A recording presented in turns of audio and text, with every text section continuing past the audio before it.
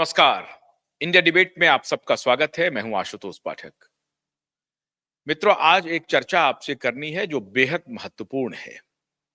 पिछले कुछ दिनों से देश में एक बवाल मचा हुआ है और इसको लेकर के सदन में भी, पार्लियामेंट में भी बवाल मचाने की पूरी कोशिश हो रही है। सरकार भी इस मुद्दे पर थोड़ी-थोड़ी बैकफुट पर नजर आ रही है। मुझे हैरानी है कि सरकार इस मुद्दे पर बैकफुट पर क्यों है। सिर्फ एक मुद्दा ये हो सकता है कि हाँ, विदेशी एयरक्राफ्ट हमारे यहाँ क्यों आया? कहा जाता कि आप अपने एयरक्राफ्ट को भेजिए और उस एयरक्राफ्ट में हम लेकर के चले आते। लेकिन भरोसा कैसे होगा? साहब, ये तो अमेरिका है। अमेरिका ये देखता है कि जिसको उन्होंने गिरफ्तार किया है, उसको या तो जहां से वो आया है वहां तक पहुंचा दिया जाए या अमेरिकी लैंड पर जो कुछ भी उनके खिलाफ कार्रवाई हो सकती है वो कार्रवाई की जाए। गनीमत है कि इन्हें कोई फांसी पर नहीं चढ़ाया और आपको दूसरे देशों में डिपोर्ट कर दिया। अब ये चर्चा हो रही है कि साहब, बेड़ियों में जकड़ के लाया गया, टॉयलेट की व्यवस्था नहीं थी, 104 लोग थे, कार्गो विमान में आए, ग्लोब मास्टर एयरक्राफ्ट जो है अमेरिकी वायुसेना का जो ग्लोब मास्टर है, उसमें आया और वो एयरक्राफ्ट आपके देश की धरती पर लैंड किया तो आपकी संप्रभुता का हनन हो गया।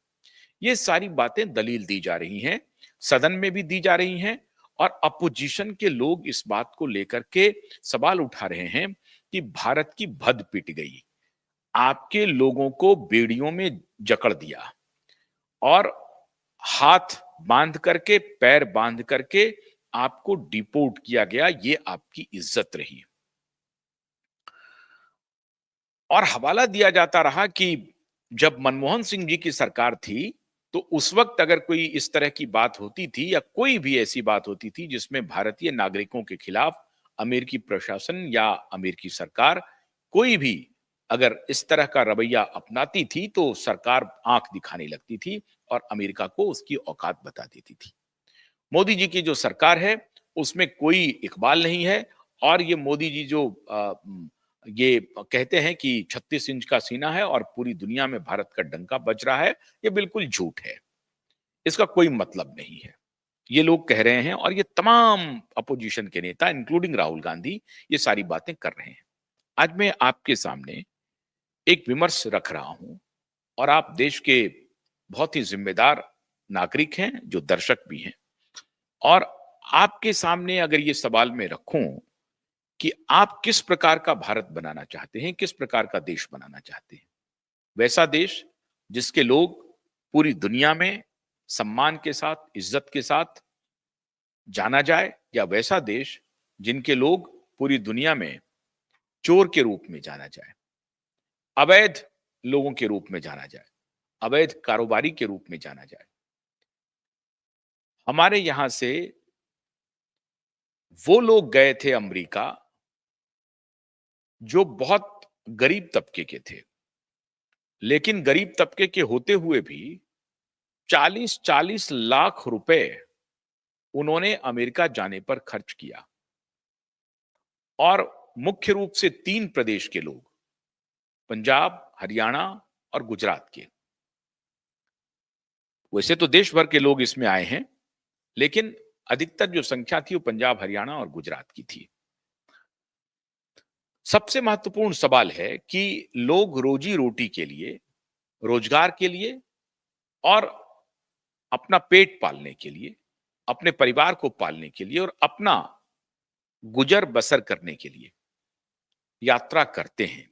यात्री बनना चाहिए, लेकिन ऐसी यात्रा, इतनी खतरनाक यात्रा और ऐसा यात्री बन जाना, मैं समझता हूं कि किसी भी व्यक्ति के लिए, किसी भी समाज के लिए और किसी भी देश के लिए बेहद आपत्तिजनक होना चाहिए। और यह मामला एक दिन से नहीं चल रहा है, वर्षों से चल रहा है। आप अगर सर्च करेंगे गूगल में जाकर के डंकी रूट, तो इसका बाजाबता डेफिनेशन है कि डंकी रूट क्या है और इसको आप डंकी रूट एक स्टैब्लिश्ड नॉर्म हो गया है कि पंजाब से जो लोग माइग्रेट करके कहीं पर जाते हैं उसको अवैध तरीके से उसको डंकी रूट कहा जाता है, उसको डंकी कहा जाता है। वो गधा से मत जोड़िए आप उसको।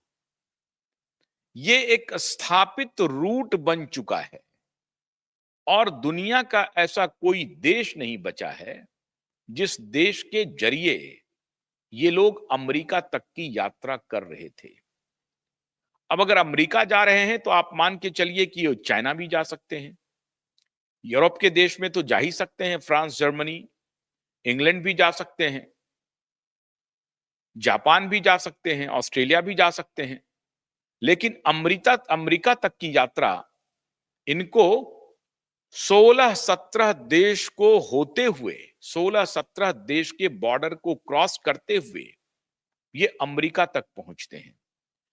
दुर्गम रास्तों से जाते हैं, वायु मार्ग से, ट्रेन रूट से, रोड रूट से, कहीं बस से, कहीं चरपहिया वाहन से, कहीं ट्रेन से, और कहीं तो किलोमीटर्स किलोमीटर्स पैदल जंगलों में, नदियों को क्रॉस करते हुए ये अमेरिका तक की यात्रा करते हैं।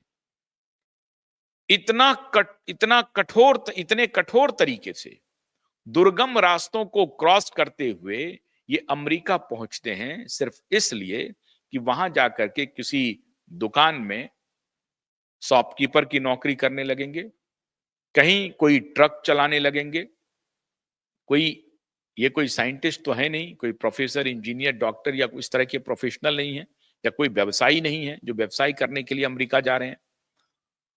तो 8वीं पास, 10वीं पास, 9वीं पास, मतलब किसी ने भी कोई मैट्रिकुलेशन नहीं किया है। पढ़ाई लिखाई अगर आप देखें तो मैट्रिक की भी डिग्री इनके पास नहीं है, 10वीं की भी डिग्री नहीं है, 12वीं की भी डिग्री नहीं, इक्का दुक्का हो सकता है। तो ये लोग ट्रक चलाने के लिए, दुकानों पर काम करने के लिए, डेली साफ सफाई के काम में लगने के लिए अपने देश को, अपनी मातृभूमि को छोड़ करके अमेरिका जाना चाहते हैं, अमेरिका में सेटल करना चाहते हैं। अच्छी बात है, सपना है आपका अमेरिका में काम करने का, तो आप सही रास्ता क्यों नहीं चुनते हैं, डंकी रूट क्यों चुनते हैं? और डंकी रूट के लिए पूरा एक एजेंटों का गैंग यहां से लेकर के अमेरिका तक, अगर 16 देश को क्रॉस करते हुए ये लोग अमेरिका पहुंचते हैं तो 16 देशों में इनके एजेंट मौजूद हैं। आप ये कल्पना कीजिए ये कितनी खतरनाक बात है। भारत की अभी लोग संप्रभुता की बात कर रहे हैं, ये लेफ्ट लिबरल वाले, वो कह रहे हैं कि पैर में जंजीर क्यों बांधा, बेड़ियां क्यों पहना दी, लेकिन ये नहीं कह रहे हैं कि अगर ये रूट एक्टिव है तो क्या इन रूटों से नशीली दवाओं की तस्करी नहीं होगी, नशीली पदार्थों की तस्करी नहीं होगी, क्या नकली नोटों की तस्करी नहीं होगी, क्या अवैध हथियारों की तस्करी नहीं होगी, क्या तस्कर इन रूटों में एक्टिव नहीं होंगे? अगर ये लोग जा रहे हैं तो कल इसकी क्या गारंटी है कि जो लोग ट्रक चलाने की इच्छा रखते हैं, अगर वो 16 देशों की यात्रा में महीनों, 5-5 महीने, 6-6 महीने की यात्रा करके ये लोग अमेरिका पहुंचते हैं। मैंने ऐसा लगता है कि नए वास्को डिगामा ये लोग थे जो अलग अलग देशों को ढूंढ रहे थे, कोई अमेरिका ढूंढ रहा था, कोई भारत ढूंढ रहा था, तो वास्को डिगामा बन करके ये अमेरिका की यात्रा कर रहे हैं, महीनों की यात्रा कर रहे हैं। ये इतनी यातनाएं इनको झेलनी पड़ रही है, कई जगह पर इनको डिटेंशन कैंप में रखा जाता है। कुछ लोग यहां से चाइना, यहां से नेपाल, थाईलैंड, थाईलैंड से वियतनाम, वियतनाम से फिर चाइना, चाइना से फिर अल सल्वाडोर, फिर मैक्सिको, कोलंबिया, अब फिर वहां से जाकर के मैक्सिको के रास्ते अमेरिका में प्रवेश। दूसरा रूट यहां से श्रीलंका, श्रीलंका से फिर आप चले जाएं यूरोप, और यूरोप से फिर दूसरा रास्ता लेते हुए फिर कोलंबिया पहुंचे, फिर वहां से पहुंच रहे हैं। और ये ऑर्गेनाइज तरीके से सालों से ये धंधा चल रहा था और इसमें निश्चित रूप से अलग अलग देशों के जो बॉर्डर सिक्योरिटी फोर्सेस हैं और जो विदेश मंत्रालय है उनको इस सबकी जानकारी है, लेकिन सबकी मिली भगत से ये धंधा चल रहा था, फल फूल रहा था। अब ट्रंप ने आकर के खाली डिपोर्ट नहीं किया है इमिग्रेंट, इलीगल इमिग्रेंट को। ट्रंप ने आकर के ये जो धंधा चल रहा था बड़े पैमाने पर, उस धंधे पर वॉर कर दिया है। तो जब धंधे पर वॉर हुआ है, तो वो जो गिरोह है जो उस धंधे का लाभार्थी रहा है आज तक, उनमें खलबली मच गई है। ये सब वो जितने गलत धंधे ये लोग कर रहे हैं, जब गलत धंधों पर कुठाराघात होता है तो इनके देश की संप्रभुता खतरे में पड़ जाती है, अमानवीयता इनको नजर में आने लगती है। तब इनको अमानवीयता नजर नहीं आती है जब ये यहां से थाईलैंड, थाईलैंड से वियतनाम, वियतनाम से चाइना, फिर चाइना से अल सल्वाडोर, फिर इक्वाडोर, फिर वहां से कोलंबिया और फिर मैक्सिको होते हुए ये अमेरिका पहुंचते हैं। वहां पर ये यात्रा नजर नहीं आती। उन रूटों की यातना के बारे में जो लोग वहां से आए हैं, जिन्होंने विवरण दिया है, उनके विवरण को सुनकर के आपके आंख में आंसू आ जाएंगे। लेकिन आंसू इसलिए नहीं आने चाहिए कि उनका विवरण बड़ा ही हृदय विदारक है। आंसू इसलिए भी आने चाहिए कि हमारे भारत की स्थिति क्या है, हम अपने भारत का अपमान किस प्रकार से पूरी दुनिया में जगहसाई करवा रहे हैं, अपमानित कर रहे हैं अपने देश को। और इस पर किसी की बंदिश नहीं है, एक पूरा गिरोह। आप कल्पना कर सकते हैं, एक व्यक्ति को अगर आप ट्रांसपोर्ट करते हैं, यहां से एक्सपोर्ट करते हैं अमेरिका तक इलीगल तरीके से, तो 40 लाख रुपए उन्हें खर्च करने पड़ते हैं। किसी किसी को तो 50 लाख, किसी को 60 लाख रुपए भी खर्च करने पड़ते हैं। जो 40 लाख दे सकता है वो 50 लाख भी दे सकता है। ऐसे गरीब लोग हैं जिनको एक एक एकड़ लैंड है। कहां से वो पैसे का इंतजाम करते हैं, आप सोचिए, कहां से वो पैसे लाते हैं। कोई अपनी जमीनें बेच करके देते हैं, कोई किसी से उधार लेकर के जाता है, क्योंकि ये डोंकी रूट एक स्टैब्लिश्ड रूट है। एजेंट हैं, वो पहुंचाते रहे हैं। और बहुत सारे इस प्रकार से ट्रकर वहां पर पहुंचे हैं, जो वहां पे ट्रक ड्राइवर बन गए हैं, शॉपकीपर बन गए हैं, साफ सफाई के अन्य कामों में लग गए हैं, कहीं कोई बागवानी के काम में लग गए हैं, हॉर्टिकल्चर के काम में लोग लगे हुए हैं। तो इस तरह से बहुत सारे लोग वहां गए हैं, उन्हीं को देख करके या उन्हीं की तस्वीर इनको दिखा करके, उनसे बात करा करके वो स्टैब्लिश करते हैं कि साहब देखिए, हमने इनकी जिंदगी सुधार दी है, अब आप हमारे साथ आइए, हम आपकी भी जिंदगी सुधार देंगे। ये कोई छिपा हुआ मामला नहीं था, ये चल रहा था। लोग इलीगली जा रहे थे, अमेरिका में बस रहे थे और अमेरिका में अलग अलग तरीके से काम कर रहे थे। अच्छा साहब, ये डेमोक्रेट ने खास तौर से ये माहौल बताने की कोशिश की कि आप मेक्सिको के सारे लोगों को बाहर करना चाहते हैं। अब तो पता चल रहा है कि सारे मैक्सिकन केवल मैक्सिकन नहीं है, केवल वहां पे अफ्रीकन नहीं है या निग्रो नहीं है, जो ब्लैक आबादी है वो नहीं है। ब्लैक में एक ब्राउन आबादी भी घुस रही है, और ब्राउन आबादी बांग्लादेश से, पाकिस्तान से, भारत से, श्रीलंका से, ये आबादी वहां प्रवेश कर रही है। तो वही आप मेक्सिको की आबादी के साथ खुद को कोरिलेट कर रहे हैं, अफ्रीकन आबादी के साथ आपने अपनी हैसियत बना ली और बांग्लादेश और पाकिस्तान के शागिर्द बन गए आप इस इलीगल गतिविधि में। इस प्रकार से ये सालों से ये खेल चलता आ रहा था। और ये सिर्फ लोगों के डिपोर्टेशन का मामला नहीं है, अवैध डिपोर्टेशन का। मैं दावे के साथ कह सकता हूं कि अगर ट्रंप ने इलीगल इमिग्रेंट के ऊपर अटैक किया है, तो इलीगल ड्रग के कारोबार पर भी अटैक हो जाएगा, इलीगल हथियार की तस्करी पर भी अटैक होगा, इलीगल नकली नोटों की तस्करी पर भी अटैक होगा। अब ये मैं नकली नोट का जिक्र क्यों कर रहा हूं? अभी कुछ दिन पहले, अभी देखिए कि कांग्रेस सरकार में जो वित्त मंत्री थे, उनके ऊपर बहुत ही संगीन आरोप लगा था कि उन्होंने एक कंपनी, जो कि इंग्लैंड की एक कंपनी थी, जो नोट छापने का कागज सप्लाई करती थी।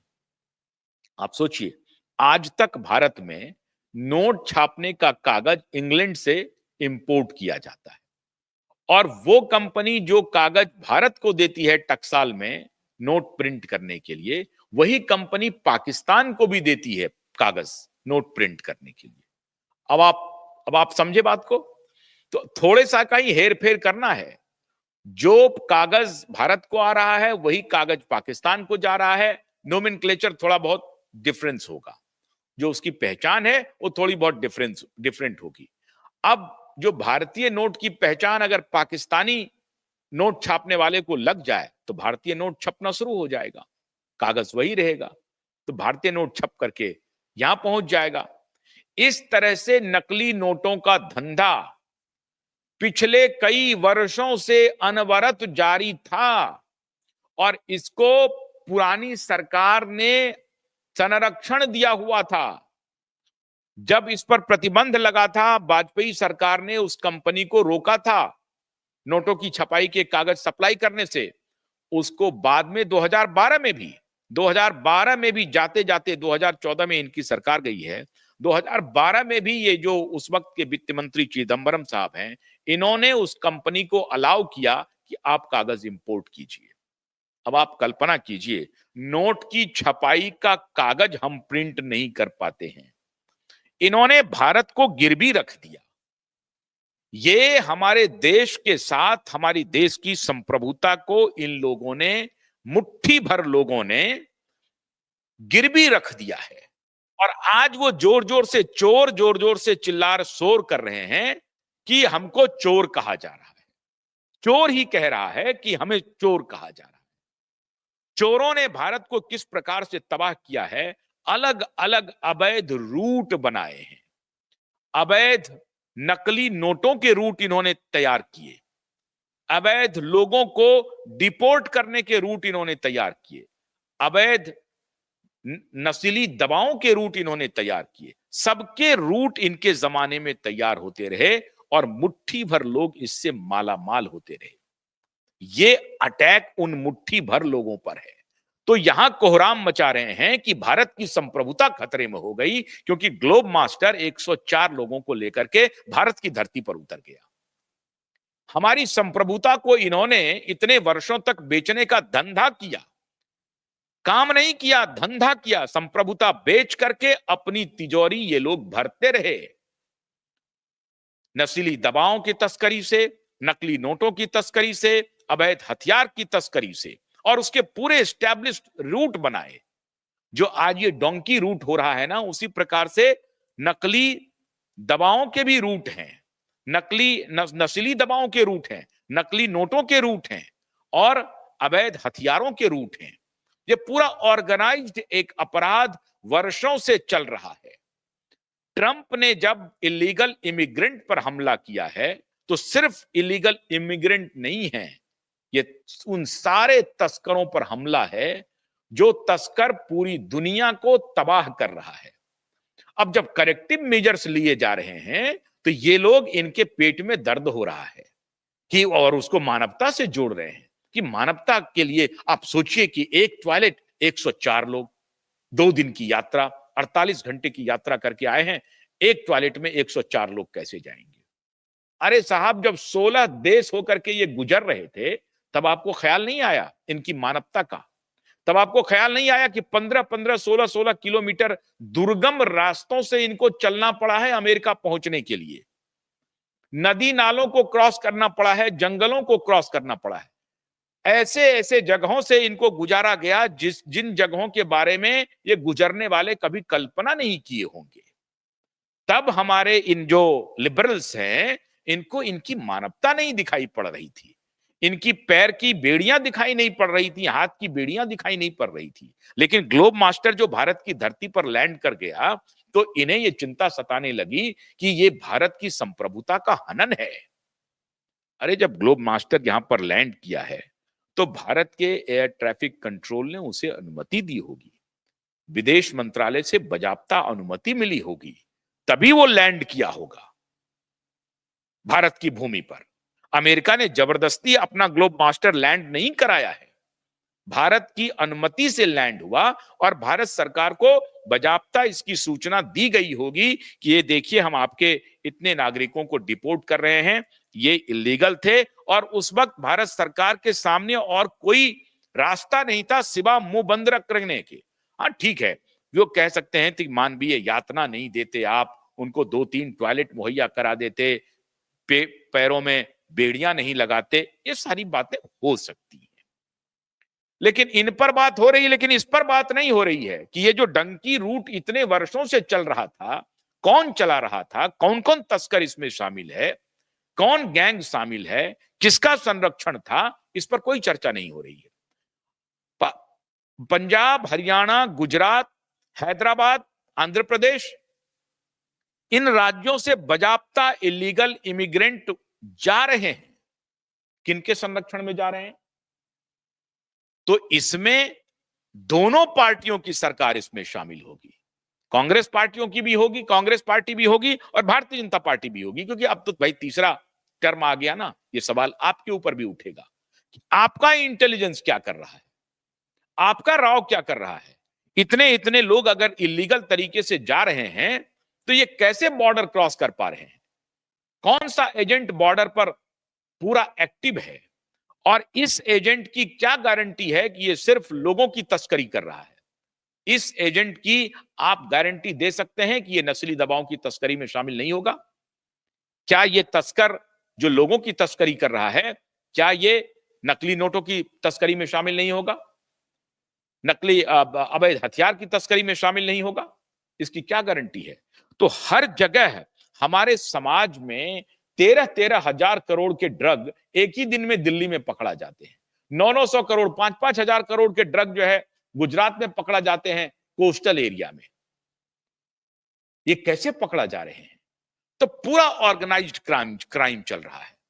जिन लोगों ने अपनी जमीनें बेच करके, कहीं से पैसे का इंतजाम करके इन गैंग को संरक्षण दिया है, उनको मालामाल किया है, उनके प्रति संवेदना का एक शब्द भी उचित नहीं है, बिल्कुल भी उचित नहीं है। आप अपने देश में मेहनत कीजिए। आप अपने देश में रह करके अगर वही 40 लाख रुपए से कोई छोटा कारोबार आप शुरू कर दिए होते तो आज आपको 80 लाख, 1 करोड़, करोड़पति हो गए होते। 40 लाख रुपए छोटा अमाउंट नहीं होता है। कुछ भी कर सकते थे आपको, लेकिन ये करना नहीं है। आपको अवैध तरीके से अमेरिका चले जाना है। अवैध तरीके से अमेरिका जाना, अगर आपको अमेरिका ही जाना है तो अमेरिका जाने की जो वैध प्रक्रिया है उसके बारे में तैयारी कीजिए। वो नहीं करेंगे आप, रूट लेंगे गलत।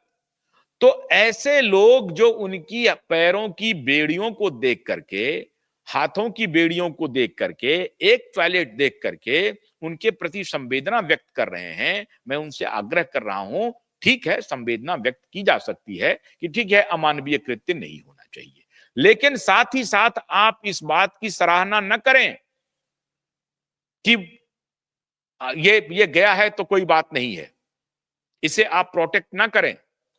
आपके देश का चाहे 100 ही नागरिक क्यों ना हो, अगर उन्होंने अवैध तरीके से भारत देश का अपमान किया है, जगहसाई करवाई है, तो एक तरफ सिलिकॉन वैली में जो हमारा कब्जा है, वो लोग क्या कहेंगे, वो अमेरिकन क्या कहेंगे? सबको शक की निगाह से देखेंगे और इससे भारत का नुकसान होगा। अंतर्राष्ट्रीय जगत में भारत की जगहसाई होगी। आपके ज्ञान को एक तरफ रख दिया जाएगा।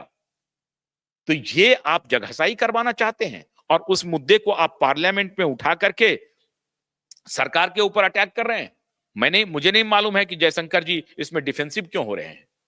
साफ साफ जयशंकर जी को कहना चाहिए था कि जो लोग इस तरह से गए हैं, ठीक है, जो अमानवीय व्यवहार उन्होंने किया है अमेरिकन ने, हम उसके ऊपर आपत्ति उठाएंगे।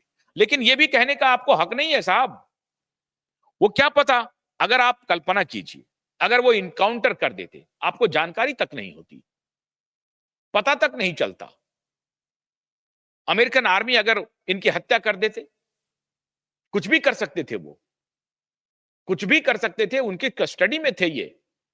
तो ये तो कम से कम अच्छा है साहब कि बेड़ियां बांध करके आपको घर लौटा दिया। और बेड़ियां क्यों बांधी गई?